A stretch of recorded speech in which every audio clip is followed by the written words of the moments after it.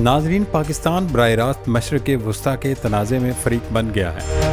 سیونی ریاست کو لگام ڈالنے کے لیے پاکستان نے بھی میدان میں اترنے کا فیصلہ کر لیا ہے۔ پاک فوج کے سالار اعلیٰ جنرل سید عاصم منیر نے اعلان جنگ کر دیا ہے۔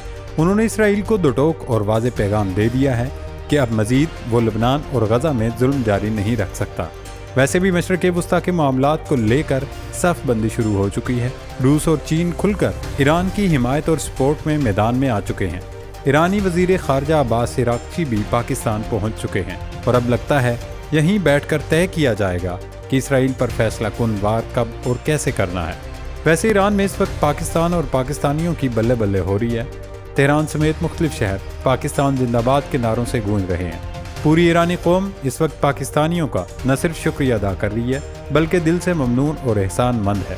اس کی وجہ یہ ہے کہ اسرائیل نے حملہ کر کے ایران کی ایک کشتی کو ڈبونے کی کوشش کی، لیکن پاک بحریہ کے جوانوں نے اپنی جانوں پر کھیل کر فوری طور پر نہ صرف کشتی ڈوبنے سے بچائی بلکہ 20 سے زائد سوار افراد کی جان بھی بچا لی۔ اسرائیل نے یہ حملہ لبنانی تنظیم حزب اللہ کے تازہ ترین اٹیک کے رد عمل میں کیا۔ حزب اللہ نے پچھلے کچھ دنوں سے اسرائیل پر حملے تیز کر دیے ہیں۔ العربیہ کا دعویٰ ہے کہ اکتوبر میں حزب اللہ نے 250 سے زائد تباہ کن حملے کیے۔ تازہ کارروائی میں حزب اللہ نے 25 سیونی فوجیوں کو موت کے گھاٹ اتار دیا۔ اسرائیل میں صف ماتم بچھی ہوئی ہے۔ لوگ نیتن یاہو سے سوال کر رہے ہیں کہ اتنی لمبی جنگ، اربوں ڈالر کے نقصان، آباد کاروں کی نقل مکانی کا کیا فائدہ ہوا؟ عوام کا غصہ ٹھنڈا کرنے اور معاملے کو دبانے کے لیے سیونی فوج نے لبنان اور غزہ پر وحشیانہ بمباری کی۔ اس کے ساتھ ہی اسرائیل نے باریک واردات یہ ڈالی کہ اس نے لبنان کے جنوب میں بفر زون قائم کرنا شروع کر دیا ہے۔ سیونی ریاست کی پلاننگ یہ ہے کہ اس بفر زون میں بھی یہودی آباد کاروں کو بسایا جائے گا۔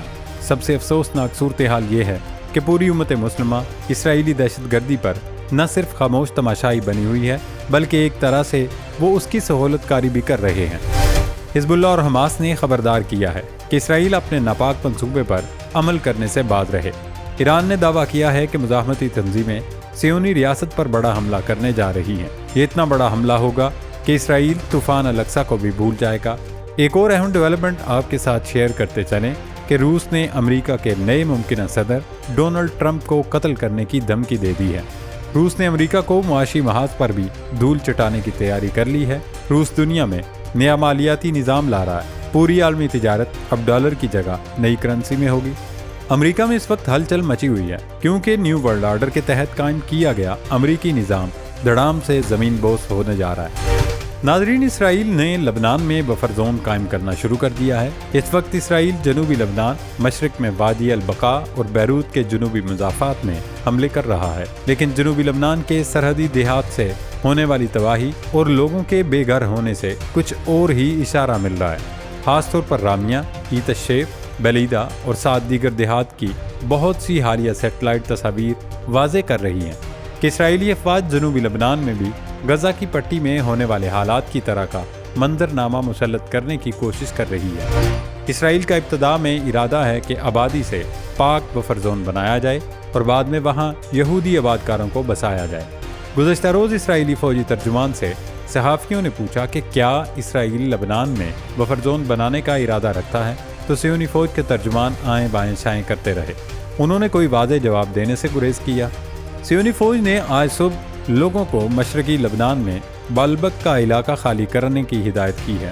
اسرائیلی فورسز کا کہنا ہے وہ حزب اللہ کے ٹھکانوں کو نشانہ بنانے جا رہی ہے، لہٰذا سویلین شہری فوری طور پر اس علاقے سے نکل جائیں۔ اسرائیلی فوج کی جانب سے یہ اقدامات ایسے وقت میں لیے جا رہے ہیں جب روزانہ کی بنیاد پر حزب اللہ اسرائیل پر تابڑ توڑ حملے کر رہی ہے۔ حزب اللہ کے حملوں کے مقابلے میں مقبوضہ فلسطین کی غاصب صہیونی حکومت بالکل بے بس نظر آ رہی ہے اور صہیونی حکام حواس باختہ ہو گئے ہیں، جبکہ غاصب صہیونیوں پر خوف و ہراس طاری ہے۔ صہیونی ذرائع نے بھی اعتراف کیا ہے کہ نیتن یاہو حکومت حزب اللہ لبنان کے جوابی میزائل اور ڈرون حملوں کا مقابلہ کرنے میں ناتواں ثابت ہو رہی ہے۔ گزشتہ 24 گھنٹے اسرائیل کے لیے بہت بھاری ثابت ہوئے۔ لبنانی تنظیم کے حملوں میں 25 سے زائد اسرائیلی فوجی ہلاک اور زخمی ہوئے۔ پچھلے ایک ماہ کے دوران لبنان سے اسرائیل پر 250 سے زائد حملے کیے جا چکے ہیں اور اب ایران نے اسرائیل کے لیے خطرے کی گھنٹی بجا دی ہے۔ پاسداران انقلاب نے اسرائیل اور اس کے اتحادی امریکہ کو خبردار کیا ہے کہ مزاحمتی تنظیمیں صہیونی ریاست پر ایسا حملہ کرنے جا رہی ہیں کہ اسرائیل آپریشن طوفان الاقصی کو بھول جائے گا۔ پاسداران انقلاب کے کمانڈر میجر جنرل حسین سلامی نے کہا، ہم مزاحمتی محاذ اور ایران دشمنوں کا مقابلہ کرنے کے لیے اپنی حمایتی تنظیم کو ہر ضروری چیز اور اسلحے سے لیس کریں گے۔ ہم اسرائیل کے خلاف سخت رد عمل کے لیے کام کر رہے ہیں۔ مزاحمت کی طرف سے اسرائیل کو سخت جواب دینے کی تیاری کی جا رہی ہے۔ ایرانی کمانڈر نے امریکہ اور مغربی طاقتوں کو بھی لگی لپٹی رکھے بغیر خوب لتاڑا۔ ان کا کہنا تھا کہ امریکہ جو انسانی حقوق اور جمہوریت کے دفاع میں بات کرتا ہے، دنیا بھر میں افراتفری اور جنگوں کا ذریعہ ہے۔ ایران کی جانب سے دی جانے والی دھمکی کے بعد نہ صرف اسرائیل خوف زدہ ہے بلکہ امریکہ کی بھی دوڑیں لگ گئی ہیں۔ ایران کی للکار کے جواب میں امریکہ نے تہران کو تڑیاں لگانا شروع کر دی ہیں۔ امریکی محکمہ خارجہ کے ترجمان نے کہا ہے، اگر ایران نے یا اس کی شے پا کر مزاحمتی تنظیموں نے تل ابیب پر حملہ کیا تو اب کی بار ہم اسرائیل کو نہیں روک سکیں گے۔ ایک جانب تو امریکہ ایران کو اسرائیل کے خطرے سے ڈرا رہا ہے اور خود صہیونی ریاست اس قدر خوف زدہ ہے کہ ایرانی حملے کے خدشے کے پیش نظر امریکہ نے اپنے B-52 لڑاکا طیارے اسرائیل بھیج دیے ہیں۔ امریکہ کی جانب سے اتنی بڑی تعداد میں طیارے، میزائل اور اسلحہ بھیجنے سے یہ سوالات کھڑے ہو گئے ہیں کہ آخر امریکہ اور اسرائیل کیا چاہتے ہیں۔ امریکہ کے اس جنگی جنون اور اسرائیلی پاگل پن کو دیکھتے ہوئے روس کو میدان میں کودنا پڑا۔ روس نے واشنگٹن کو مخاطب کرتے ہوئے کہا، اگر امریکہ یہ سمجھتا ہے کہ ہم ایٹمی ہتھیار یا ایٹمی بم استعمال نہیں کریں گے تو یہ محض اس کی غلط فہمی اور خام خیالی ہے۔ ایک اور اہم ڈیولپمنٹ آپ کے ساتھ شیئر کرتے چلے کہ روس کی جانب سے امریکہ کے نئے صدر ڈونلڈ ٹرمپ کے حوالے سے خطرے کی گھنٹی بجا دی ہے۔ روسی سلامتی کونسل کے ڈپٹی چیئرمین دمیتری میدویدیف نے کہا کہ امریکی صدارت کے لیے ریپبلکن امیدوار ڈونلڈ ٹرمپ اگر جیت گئے تو یوکرین میں جنگ نہیں روک سکیں گے۔ ان کا کہنا تھا، اگر انہوں نے جنگ روکنے کی کوشش کی تو اسے قتل کیا جا سکتا ہے۔ روسی نمائندے کی جانب سے دیے جانے والے بیان کو دھمکی کے طور پر دیکھا جا رہا ہے۔ روس نے ایک اور پینترا پھینک دیا۔ روس نے امریکہ کو براہ راست چیلنج کر دیا ہے۔ ماسکو کی جانب سے نیا مالیاتی نظام لایا جا رہا ہے۔ روسی وزیر خارجہ سرگئی لاروف نے برکس اجلاس کے دوران کہا، اب ہم تجارت کے لیے ڈالر کا استعمال نہیں کریں گے، تمام ادائیگیوں سے ڈالر کو حذف کرنے اور ایک محفوظ مالیاتی سسٹم کا جائزہ لے رہے ہیں۔ انہوں نے کہا، امریکہ ڈالر کو عالمی معیشت میں اسلحے کے طور پر استعمال کر رہا ہے، لیکن اب اس کی بدمعاشی زیادہ عرصے تک نہیں چلے گی۔ ناظرین، ایران میں اس وقت ہر طرف پاکستان اور پاکستان بحریہ کی جم کر تعریفیں کی جا رہی ہیں، لیکن اس حوالے سے ایک کنفیوژن دور کرنا ضروری ہے۔ ایرانی سوشل میڈیا پر یہ دعویٰ کیا جا رہا تھا، اسرائیل کی جانب سے ایرانی بحریہ کی کشتی کو آبدوز کے ذریعے نشانہ بنایا گیا، جسے بروقت اور فوری ایکشن لیتے ہوئے پاکستانی بحریہ نے نہ صرف ڈوبنے سے بچایا بلکہ فوجیوں کی جان بھی بچائی۔ حالانکہ حقیقت یہ ہے، اس کی ایران کی جانب سے تصدیق بھی کر دی گئی ہے۔ وہ ایرانی بحریہ کی نہیں بلکہ ماہی گیروں کی کشتی تھی۔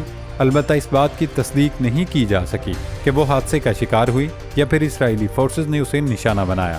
پاکستان بحریہ نے بروقت ریسکیو آپریشن کیا اور تمام ماہی گیروں کی نہ صرف جان بچائی بلکہ انہیں بحفاظت ایرانی حدود تک پہنچایا۔ پاکستان میں ایران کے سفیر رضا امیر مقدم نے حادثے سے 2-4 کشتی میں سوار 23 ایرانی ماہی گیروں کو بچانے پر پاک بحریہ کی کاوشوں اور تعاون کو سراہتے ہوئے اس کا شکریہ ادا کیا۔ سماجی رابطے کی ویب سائٹ ایکس پر اپنے ایک پیغام میں رضا امیری نے کہا، میں حادثے سے 2-4 کشتی کی کھلے سمندر میں امداد کی ہنگامی کال پر پاک بحریہ کے بروقت جواب پر انہیں سراہتا ہوں اور ان کی مخلصانہ کوششوں کی تعریف کرتا ہوں۔ اور اب ایرانی وزیر خارجہ عباس عراقچی پاکستان کا خصوصی شکریہ ادا کرنے پہنچ گئے ہیں۔ دورے کے دوران عباس عراقچی وزیر اعظم شہباز شریف سمیت اعلیٰ قیادت سے ملاقات کریں گے، جس میں یقینی طور پر مشرق وسطیٰ کی صورتحال پر غور کیا جائے گا۔ ایرانی میڈیا کا دعویٰ ہے کہ وزیر خارجہ عباس عراقچی روس کا انتہائی اہم پیغام لے کر پاکستان آئے ہیں۔ گمان یہ کیا جا رہا ہے کہ سعودی عرب اور خلیجی ریاستوں کی جانب سے پیچھے ہٹنے کے بعد اب روس، چین، پاکستان پر مشتمل علاقائی اتحاد بنانے کی کوشش کی جا رہی ہے تاکہ اسرائیل ایران پر حملہ کرتے ہوئے سوچے۔